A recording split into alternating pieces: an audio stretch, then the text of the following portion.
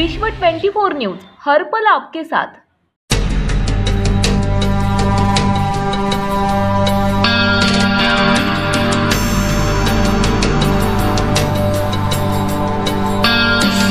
साधारणपणे 1 तासापूर्वी आता इथं रोडवर उभा होता आम्ही बाहेर 3 किलोमीटरच्या आसपास आम्ही इतर म्हणले जेव्हा वरी लोट दिसला आगेचा आणि धुराचा तेव्हा बघितलं की असं कळलं की अंदाजे तिकडे स्फोट झाला आणि जोरदार आवाज येत होता। आवाज चालू झाला आम्ही 2-3 मित्रांनी गाड्या काढून इथं आल्यानंतर तिकडे बघितलं की पलीकडे त्या ऊसामध्ये 2-3 महिला पडलेल्या होत्या आणि ते कोण आहेत ती काय ओळखू येत नाहीत। त्यानंतर आम्ही इकडं आत शिरलो, गाडीला ॲम्ब्युलन्सला आणि police station Pangri police station आणि 108 सर्व्हिसला आम्ही कमीत कमी 1 तास फोन करत होतो। कुठल्याही प्रकारची गाडी इथं वेळेत पोचली नाही। 1 तास आम्ही इथं परिश्रम केलं, सगळा राडा उठला होता। काय पोरांनी काय गावातल्या लोकांनी इथं मदत केलेली आहे, बाजूला घेतलेल्या लोकांना जे अति गंभीर होती लोक त्यांना लगेच तात्काळ दवाखान्यात पाठवलेलं इथं आणि साधारणपणे कमीत कमी अजून 10 ते 12 आम्हाला तर अंदाज आहे कमीत कमी 10 लोक इथं होती कामाला। त्याच्यामध्ये 2 इथं मृतदेह आहेत आणि 3 पेशंट म्हणजे 3 ज्या गंभीर होते ते आता आम्ही तिकडे पाठवलेले आहेत। आता गाडी आल्याशिवाय इथं काय आपल्याला कळणार नाही किती लोक आहेत काय आतमध्ये। बाकीच्या लोकांनी ॲम्ब्युलन्सला आणि फायर ब्रिगेडला फोन केलेला आहे। गाडीच्या येईल तेव्हा आतमध्ये किती लोक अडकलेले आहेत किंवा काय डॉक्टर लाडे साहेबांनी इथं फोन केलेला आहे त्या गाडीला आणि गाडी किती वेळात येते काय सांगता येत नाही। पण हे अतिशय निंदनीय गोष्ट आहे की पांगरी पोलीस स्टेशन आणि ॲम्ब्युलन्सला आम्ही कमीत कमी 1 तास फोन करत होतो। इथली 50 लोक फोन करत होती प्रत्येक गाडीला। 1 तास झालं तरी ॲम्ब्युलन्स इथं पोहोचली नाही वेळेत। ही अतिशय गांभीर्याची गोष्ट आहे कारण ती गाडी इथं वेळेत आली असती तर तिथली जी तडपडणारी लोक आहेत रोडवर त्यांची अवस्था आम्हाला बघता येत नव्हती। ती तडपडणारी लोक अक्षरशः ओरडत होती, चिरकत होती। पण गाडी आणखी आत्ता गाडी येऊन आत्ता त्या लोकांना घेऊन गेली। काही लोकांना आम्ही खाजगी वाहनात इथल्या पिकअपमध्ये पाठवलेला आहे। आम्ही त्यावेळेस आलतो त्यावेळेस आग भरपूर लागलेली, आगीनं भरपूर 5-6 माणसं बाहेर पडत आम्ही आलतो त्यावेळेस। त्यांना उचललं आम्ही आणि ॲम्ब्युलन्समध्ये पाठवून दिलं। 3-4 ते बाहेर होते ते उचलले आणि ॲम्ब्युलन्समध्ये पाठवून दिले। आरोग्य खात्याला फोन केला, ॲम्ब्युलन्सच्या गाड्या बोलवल्या, ॲम्ब्युलन्सच्या गाड्यामध्ये बसून त्यांना पाठवून दिले। आगीचा लोट एवढा मोठा होता की धुरामध्ये काय दिसत नव्हतं, कोण कुठं आहे कोण कुठं पडले कुठली बॉडी कुठं पडली काही समजत नव्हतं आम्हाला। आम्ही आलतो 10-12 जण आलतो, आम्हाला आगीचा लोट दिसला म्हणून आम्ही शेजारीच होतो, धावत पळत आलो तर इथं आग लागली।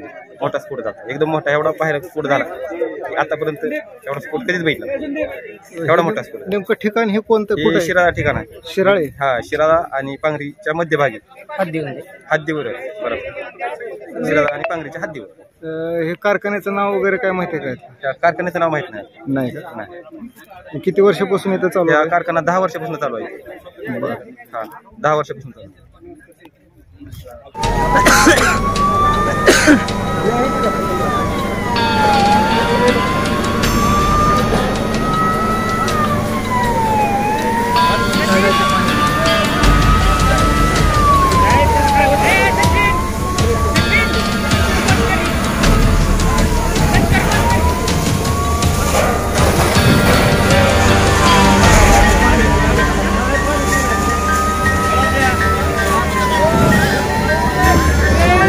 हे सगळं झाल्यानंतर होईल।